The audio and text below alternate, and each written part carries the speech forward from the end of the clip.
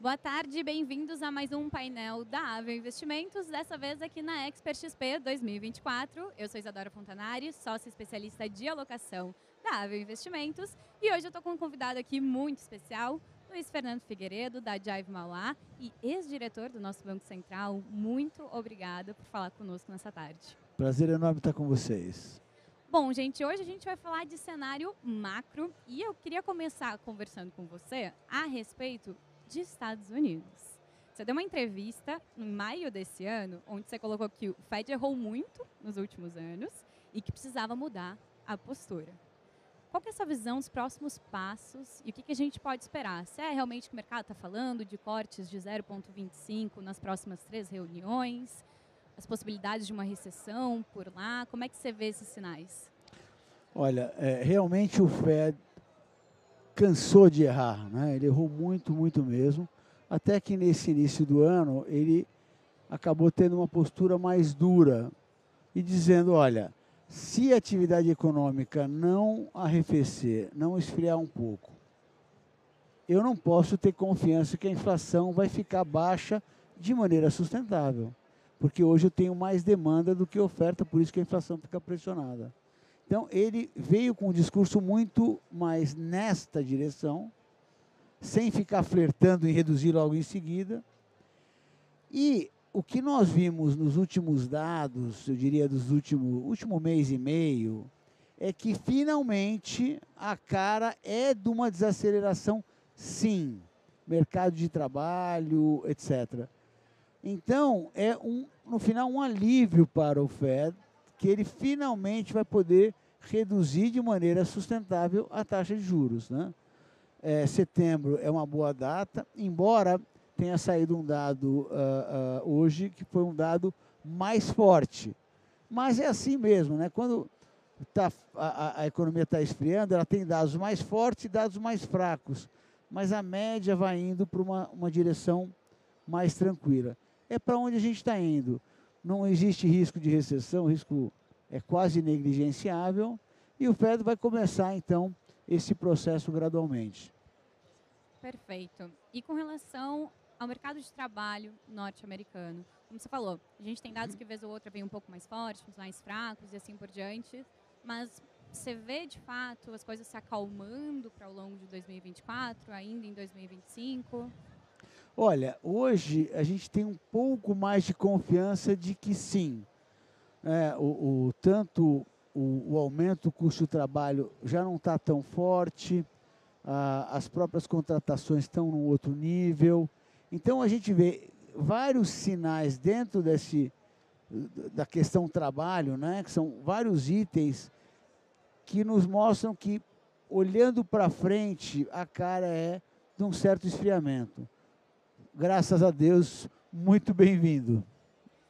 E Luiz, se eu posso te chamar assim, Claro, por favor. queria que você explicasse para o público de casa como que essa mudança de discurso por parte do Banco Central norte-americano, ele acaba impactando na nossa visão Brasil, né, nas expectativas e nas perspectivas que a gente tem para a economia brasileira para esses próximos meses. Tá. É o seguinte, se a gente olhar o Banco Central americano mais o Banco Central europeu, eles no final são os grandes detentores de capital e os grandes investidores de capital para o resto do mundo. O que quer dizer isso?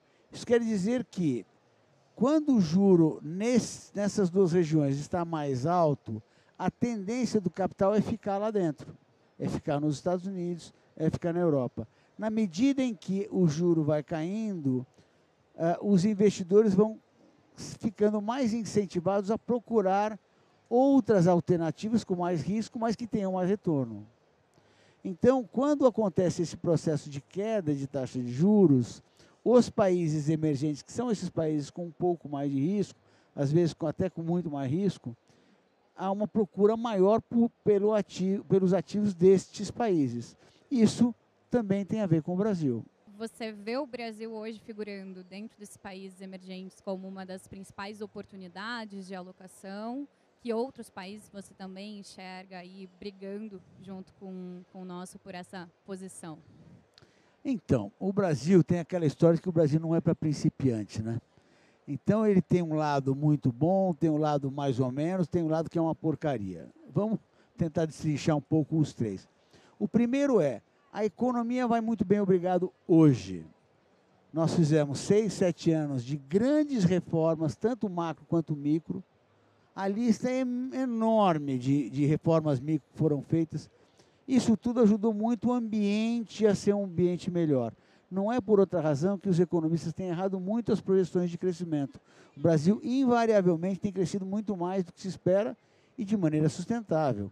Um outro exemplo é o próprio desemprego está num nível muito mais baixo do que os economistas achavam como um mínimo sustentável.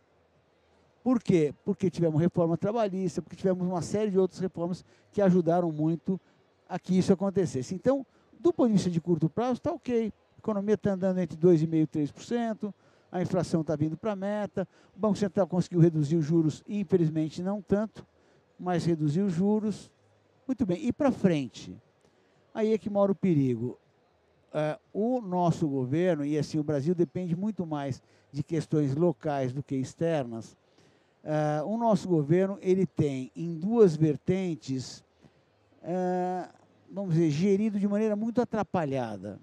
Uma delas é a questão fiscal, o que o governo tinha ganho em termos de credibilidade na questão fiscal ano passado, ele perdeu esse ano, até que recentemente começou a correr atrás do prejuízo, dizendo até em algum corte de gastos. Mas ele perdeu muita credibilidade. As pessoas ficam falando, pô, será que esses caras estão comprometidos mesmo ou não? E o outro lado foi, principalmente o presidente Lula, esculachando o presidente do Banco Central, ao Banco Central, dizendo que o juro era absurdamente alto, etc., etc., chegando a ponto de dizer, olha, o próximo presidente que eu vou indicar vai reduzir a taxa de juros. Que é o maior absurdo, uma vez que o arcabouço que nós temos hoje é de autonomia para as decisões de política monetária por parte do Banco Central. De uns 15 dias, talvez 3 semanas para cá, ele ficou mais quietinho, e aquele que agora foi o anunciado como novo presidente, ele ficou 2, 3 semanas fazendo um enorme discurso duro, bem duro, a ponto de muita gente achar que ele estava querendo dizer que ia subir os juros, coisa que eu não acho que seja verdadeiro. Essa ia ser a minha próxima pergunta para ti, mas eu vou deixar tu finalizar, perdão. Tá. Então, assim, ou seja, nós produzimos ao longo dos primeiros semestres desse ano muita incerteza. Não foi à toa que os ativos brasileiros foram o lixo do mundo. Para dar uma ideia, no primeiro semestre, a Bolsa Americana estava subindo 16%, a média das europeias 7, 8%, e a nossa Bolsa em dólar caindo 22%. Expectativa de juros futuros, vértices mais longos nas alturas, né? Sim, então, tudo isso foi muito ruim. Agora eles estão tentando melhorar, né? A escolha do Galípolo foi uma boa escolha.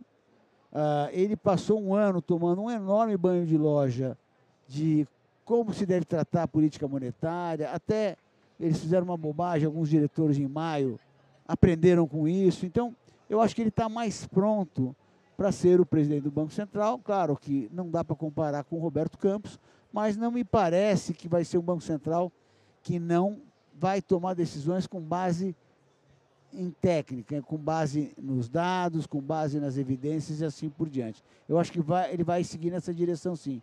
Então, no final, para mim, o que vai acontecer é o Banco Central vai ficar com o juro em 10,5 durante um período bastante prolongado. Você antecipou e já respondeu minha pergunta agora com a tua última frase, que é justamente enquanto que fecha juros brasileiro no final agora de 2024, porque recentemente, há 1 ou 2 semanas, tanto o time de economia da XP quanto de outras empresas acabaram soltando novos relatórios, né, adendos, comentando que esperavam um aumento da nossa taxa Selic ainda para 2024, podendo chegar em 11,75%, 12%.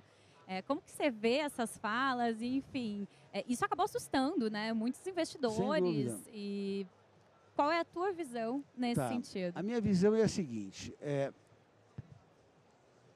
qual seria a razão para subir o juro agora? quando você olha no horizonte relevante, a inflação está entre 3,20 e 3,10. O juro está claramente acima do juro neutro, ou seja, é um juro que, ao longo do tempo, vai arrefecendo a atividade econômica, ajudando a suavizar a inflação. Por que precisaria subir mais? Aqueles que defendem uma alta adicional são aqueles que falam, não, o Banco Central precisa ganhar credibilidade, e isso traria mais credibilidade. Coisa que eu discordo. Eu tive 4 anos no Banco Central. Credibilidade, para mim, quem sou eu, essa é só a minha opinião, mas credibilidade é o seguinte, é você ir tomando as decisões da melhor maneira que você puder, com base nos dados, nos indícios, com uma base na técnica relacionada à política monetária. Se você fizer isso ao longo do tempo, você vai ganhar credibilidade. Não é subindo na hora que não precisa subir, é que você vai ganhar credibilidade. Essa é a minha opinião. Eu acho que o Roberto Campos, ele tem falado muito nessa direção que eu estou dizendo. E olha, ele disse, olha, vamos tomar cuidado com o ruído. Claro que a gente está com uma situação de algum risco de ter que subir, mas não quer dizer que a gente vai subir. A gente tem que deixar um pouco o tempo correr. Agora não é o caso. Talvez seja o caso um pouco mais à frente, porque as informações foram para aquela direção, mas não é o caso hoje. Perfeito. Voltando no tema da política fiscal, que eu acho que é uma questão que nos persegue, né, quanto país, não adianta, e vez ou outra acaba tomando um pouco mais de corpo, como tu mesmo bem colocou em falas anteriores, mas queria trazer à luz para essa questão e para o pessoal que está nos assistindo de casa, o porquê que se fala tanto de política fiscal de fato, né? Quais são as consequências de medidas erradas nesse sentido, né? Se é que tem um certo ou um errado de fato, mas queria que tu trouxesse um pouco dessa experiência aí para o pessoal que está nos ouvindo, Claro. para que eles possam entender os impactos, né, diretos e indiretos. Claro, vamos lá.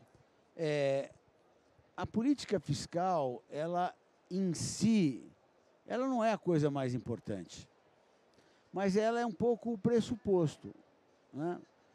Se eu não tiver oxigênio, eu não vou conseguir sair correndo uma maratona. Ah, o oxigênio é importante para a maratona? Mas ele não, eu preciso estar treinado para fazer uma maratona. Muito bem. O que acontece? O Brasil hoje, ele tem uma dívida pública muito alta. A maior entre todos os países que têm o mesmo risco que o Brasil, os países emergentes. E ela tem crescido de maneira muito rápida. É como a gente tem na nossa vida. Se eu começar a me endividar muito, gastar muito mais do que eu ganho, uma hora eu vou quebrar.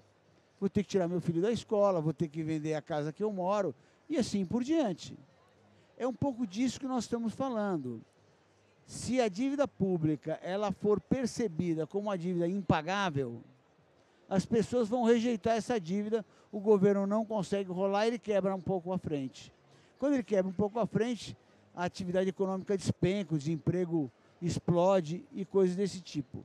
Nós estamos lá? Não, nós estamos longe de estar lá, mas nós estamos indo muito rápido para essa direção, ainda longe, mas indo muito rápido. O que o governo precisaria fazer? Ele precisaria reduzir o déficit público. Para dar uma ideia, o déficit público ele é da ordem de 0,5% do PIB, né? Que dá alguma coisa como 50 bilhões de reais por ano. Quanto ele precisa ter de resultado para que essa dívida pare de crescer com relação ao PIB, fique sustentável? Entre 1,5% e 2%. Eles falam, não, então é muito, né? Um ajuste de 0,5% para um lado, mais 1,5% para o outro, de 2% a 2,5% é muita coisa. É mais ou menos. O governo, ele arrecada quase 40% do PIB. Será que ele não consegue cortar 2%?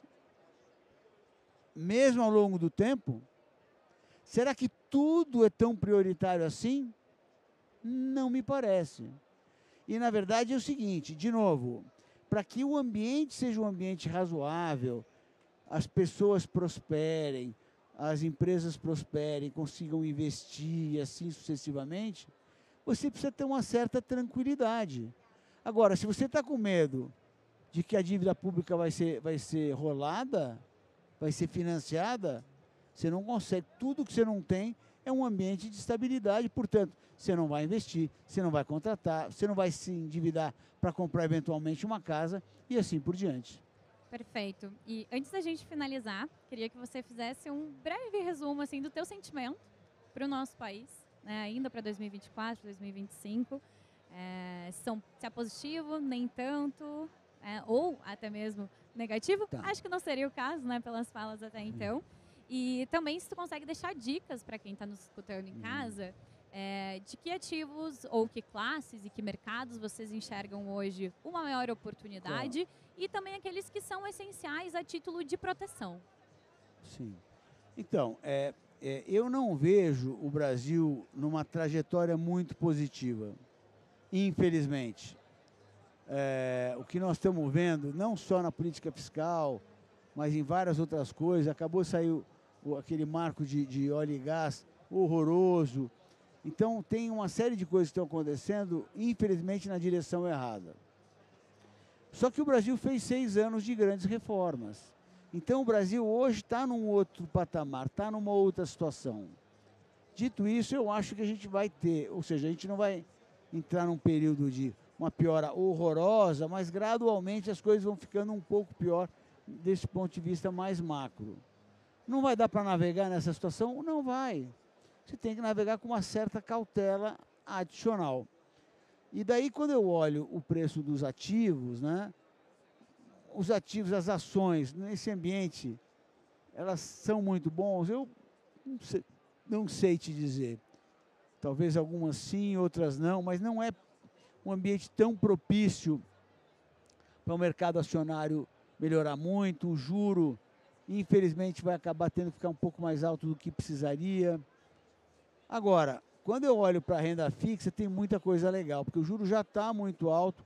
Eu não acho que ele vai, em termos reais, crescer muito mais. Então, eu gosto muito das debêntures de infraestrutura, muito. Ela tem ainda a grande vantagem de 600. Os fundos imobiliários, adoro os fundos imobiliários. Por quê? Porque são créditos com um colateral gigante, ou seja, muito garantidos e que pagam uma taxa muito boa sem imposto. Então, principalmente esses dois tipos de ativos, eu gosto bastante. E os ativos mais defensivos dentro da carteira? Qual ativo você acha que é essencial que o investidor tenha a título de proteção, de fato? Então, assim, para mim a proteção é sempre você estar em ativos que se beneficiem do ambiente que vem para frente, né? Esses que eu comentei, eles ou se beneficiam ou eles vão sentir muito pouco. Então eu estaria muito tranquilo com esses dois tipos, mas num ambiente desse, claro, você tem um pouco mais de caixa no CDI, eu acho que é importante, né? Perfeito. Luiz, muito obrigada por mais uma vez estar aqui participando conosco. Espero que ano que vem a gente volte aqui para fazer de novo esse bate-papo. E obrigada pela participação, pela parceria com a Jive Mauá, que é uma super parceira, companheira nossa aí de trajetória dentro da Avio. Bom, nós é que agradecemos, aqui é um privilégio estar aqui com vocês. Espero sempre estar contribuindo e, mais uma vez, muito obrigado pela parceria de vocês.